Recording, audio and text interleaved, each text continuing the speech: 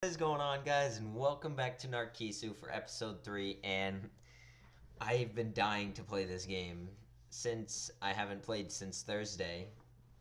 It's been a while, and I really want to keep playing this game. So, let's do this. We are on chapter 3. Let's go. I piled useless trivia upon useless trivia. Drew information from the TV and the TV alone. And soon nothing was real anymore, fading away into the hollow space.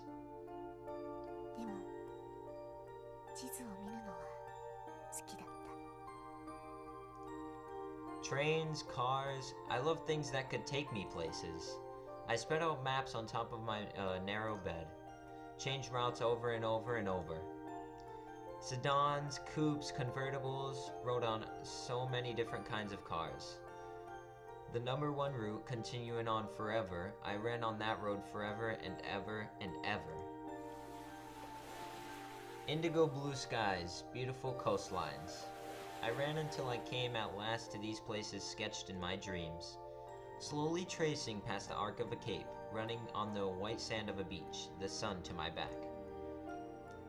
If I but closed my eyes, I could go anywhere.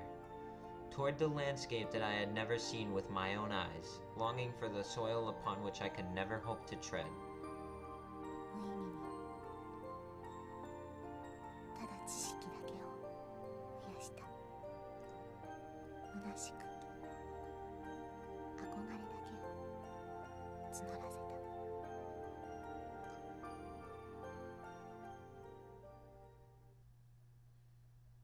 The sky after the rain.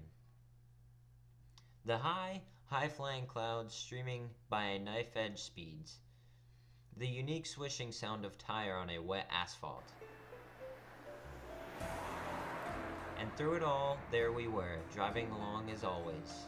No destination, just a desire to keep going, no matter what. It wasn't as if I was looking to go to Awaji Island at all. We didn't even have the gas money to get there anyway, but I drove straight ahead on the unfamiliar roads even as I thought these thoughts. But where are we? I was forced to wonder. I didn't know my geography very well to begin with, and I was seeing all sorts of names I didn't recognize.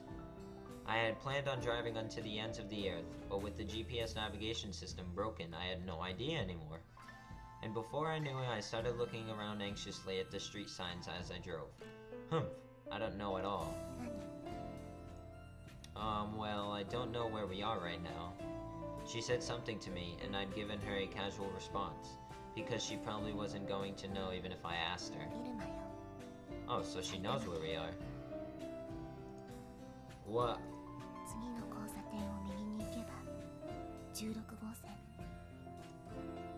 You knew all this? Did you happen to live around here or something? It was a surprise. No, it wasn't just surprising. It was nothing short of a miracle that she knew the roads to this detail. Because no matter how I looked at it, she didn't seem to have driven around all that much herself. Then could it be... Do you know the way from here to Awaji Island? Well, see, we might be able to get there on normal highways without having to get on the tollways. And we might just have enough gas money just to get us there.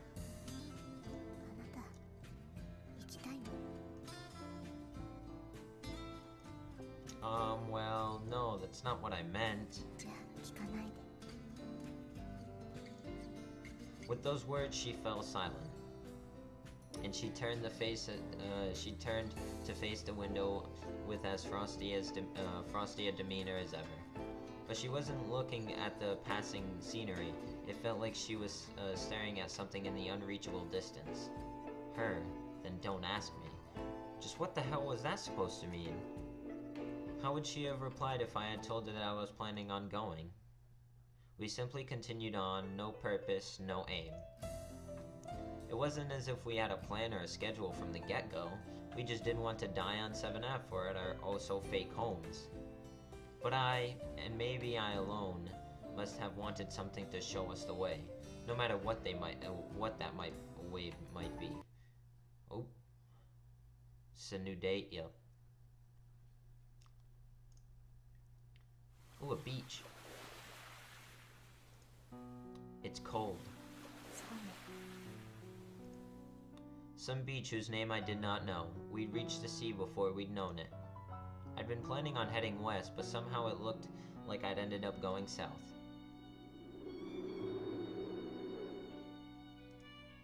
A pitch black sky and a cold, windy waterfront. We both got out of the car and stared at the darkened sea. She stood apart from me as usual and stared into the distance, where the black sky and ocean melted into the horizon's edge. After seemingly taking in the view of the ocean for a while, she slowly started walking toward the beach.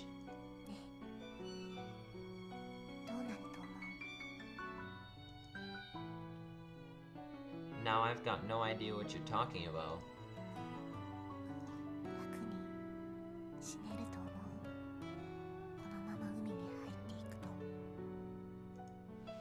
Those were her words, as she slowly walked into the sands, her back turned to me.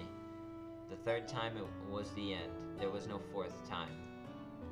The choice was between dying on 7F and dying at home. Apparently no one had escaped this choice.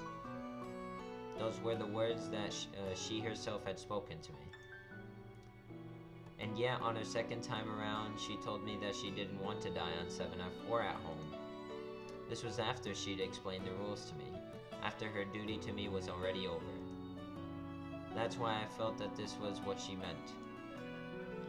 I don't know, I've never drowned before.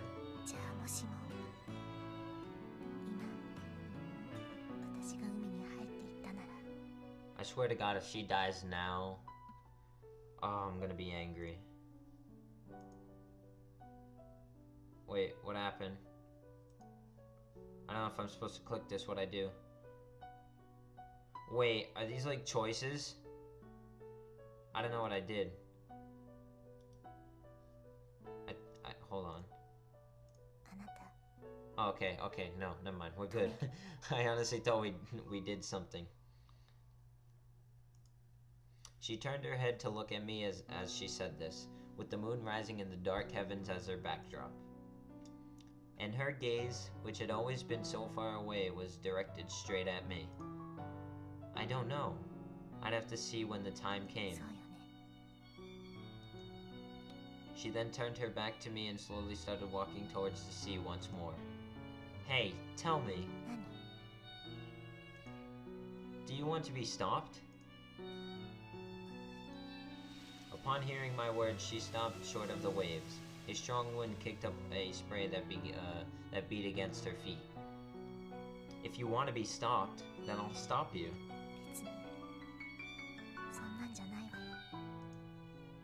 Then it'll be fine if I don't stop you, right? There was no reply to my question, but her feet did not move any further either. So that was her answer then and there.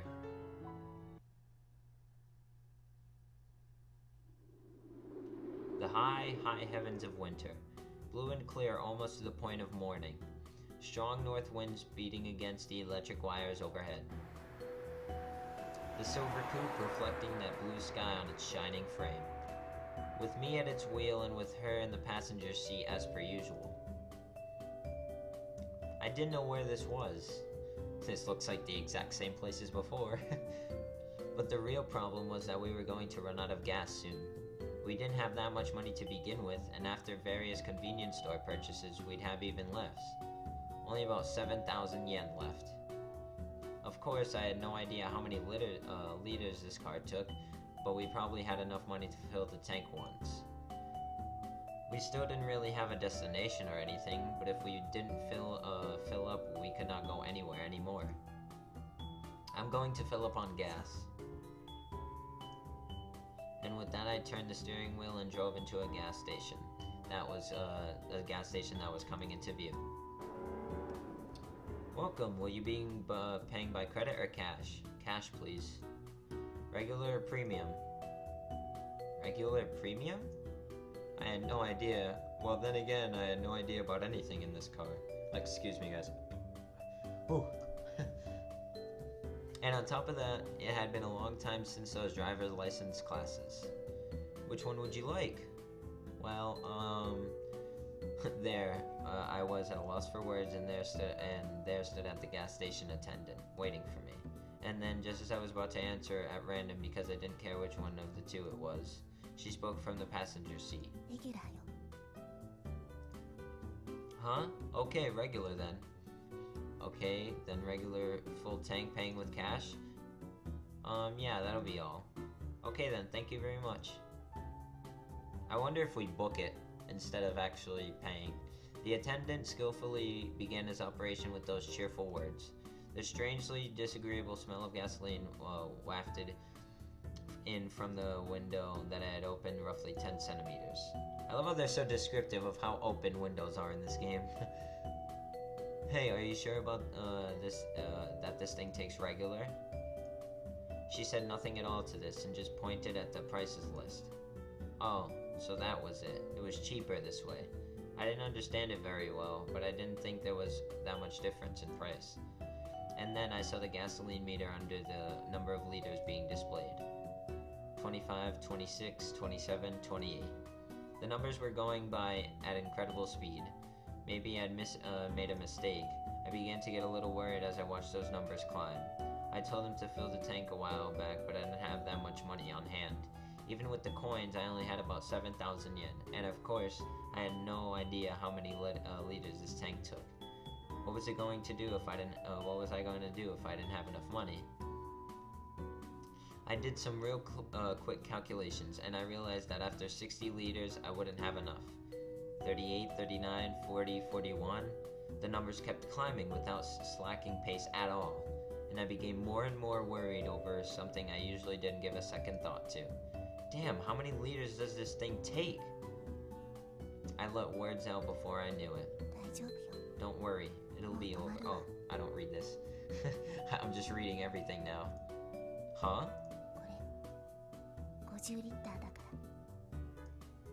And just as she said it, the gasoline meter stopped between 47 and 48.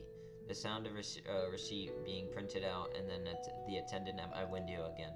Thank you for waiting. The total comes to be 5240 yen. Oh, okay, here. I took out a 5,000 yen note and crumbled a 1,000 yen note from my pocket and handed them to the attendant. Alright then, your change comes to 760 yen. Here's your receipt. Thank you for your business. I turned straight onto the road upon hearing the attendant's cheerful voice. The silver coupe now in motion once more. On the bright side, I was no longer worried about running out of gas. On the not so bright side, we only had about 2,000 yen left. This worried me, but there was something that preoccupied me much more. Hey, question. Could it be that you're an expert on cars too? What do you mean, not really? You knew that this car took 50 liters of gas, didn't you? Of course, it may well have been that this kind of thing was absolutely common knowledge that I just didn't have, but she'd proven that she was an expert on these roads not so long ago. Having been caught by surprise twice now, I took out the vehicle specification from the glove compartment. And of course you would know the make and model of this car as well, don't you? You can think of this as a quiz if you want. Oh, so she does know. Correct. And the specs?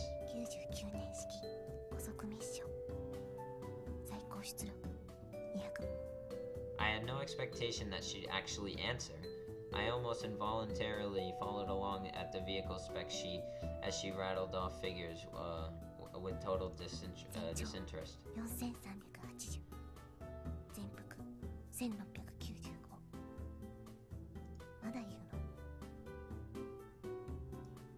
No, it's alright, you're correct. I put the vehicle spec sheet back in its place. I couldn't believe my ears. But she'd nail every single specification.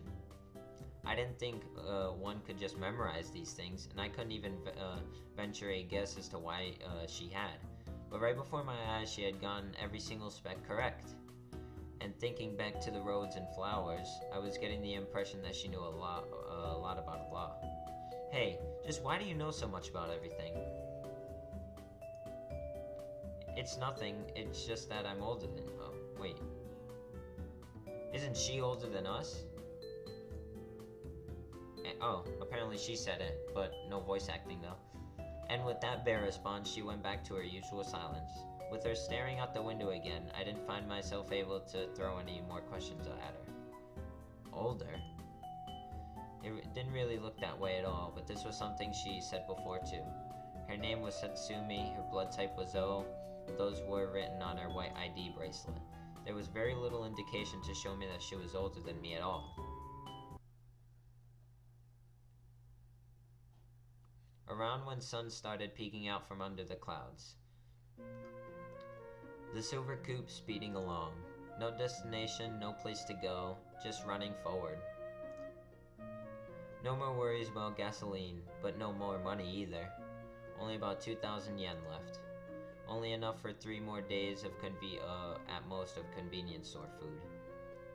Alright, so now what do you want to do? I mean that we have no more money left. Look, her appearance is unchanging as ever. And this conversation we were having while eating rice balls bought at a convenience store not long ago. Finally, the fact that even if we were driving along like this, we were using up gasoline little by little.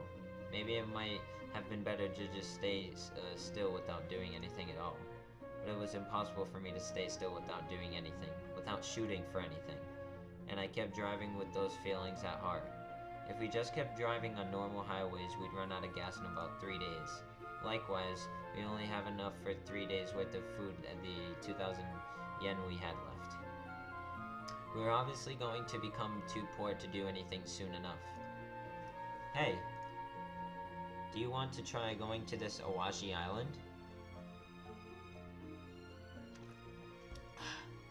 Took a sip of my water there. No reply, she just kept staring out the window as per usual. I think I might want to. Why? Alright, why is the freaking voice acting not working? Come on.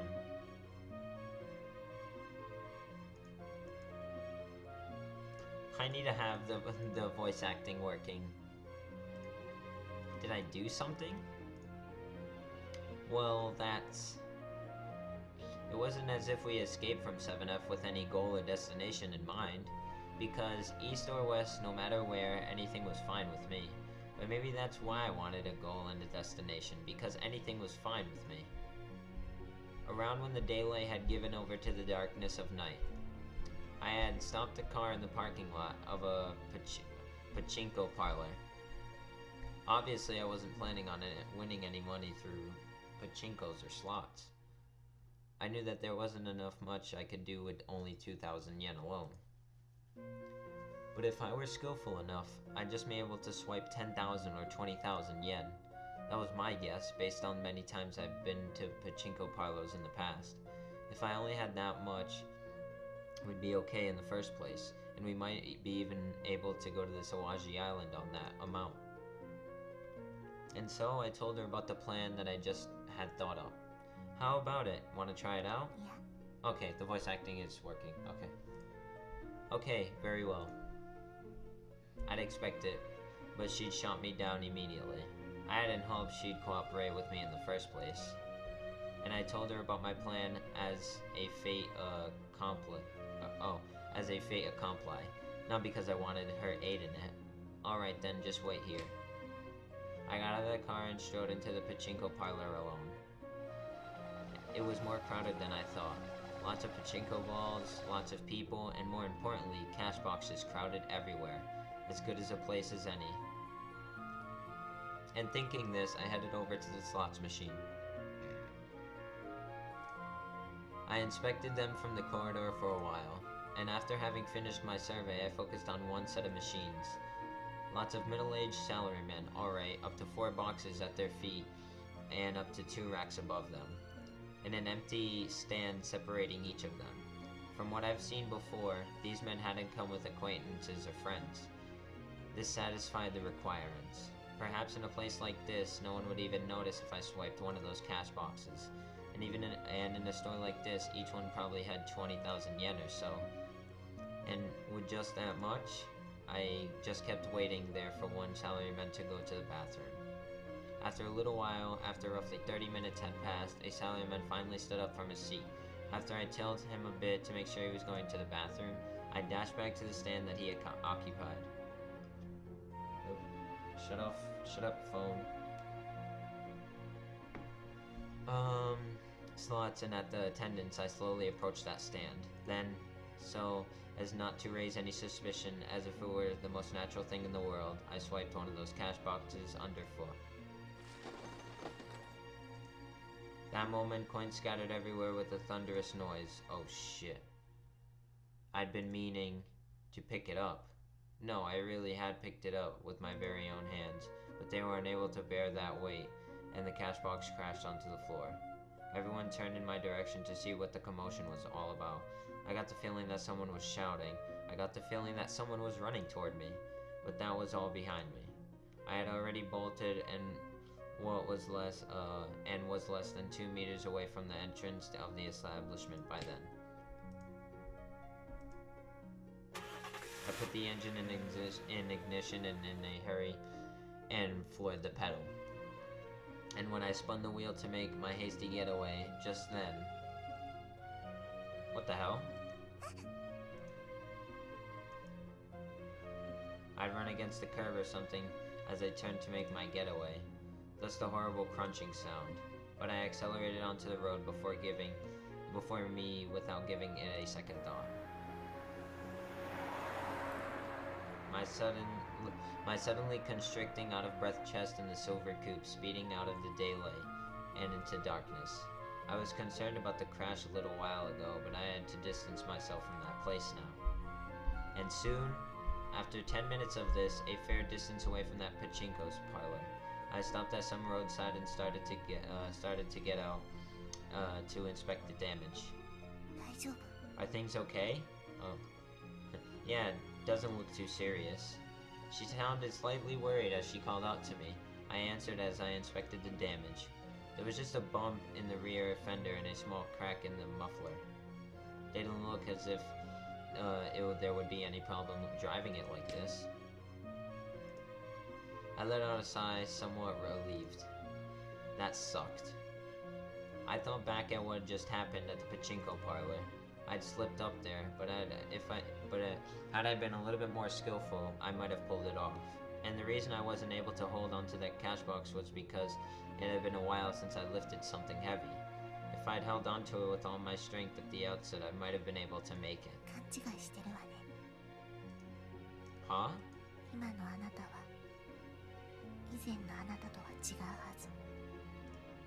She spoke as if she had seen straight through me. But that kind of weight...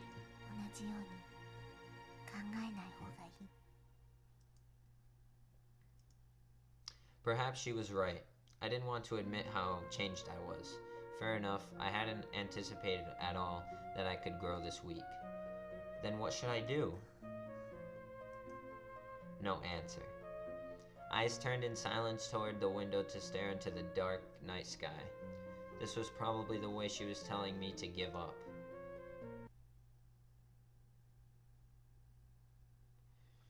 Okay, and that's chapter 3. Even though that was a short chapter, a lot happened in that chapter. That was a cool chapter. This game's actually longer than I thought. I thought this was kind of going to be another Without Withins. I hope this Let's Play goes to 10 parts because I am just enjoying it way too much for this to end. But with all great games comes an ending, so... Well, I hope you guys enjoyed this episode of Narcissu. Hells I did. And like and favorite if you did enjoy this, and subscribe if you want to see more Narcissu, and the new Hyrule Warriors Let's Play may be starting tomorrow or next week. So catch you guys then.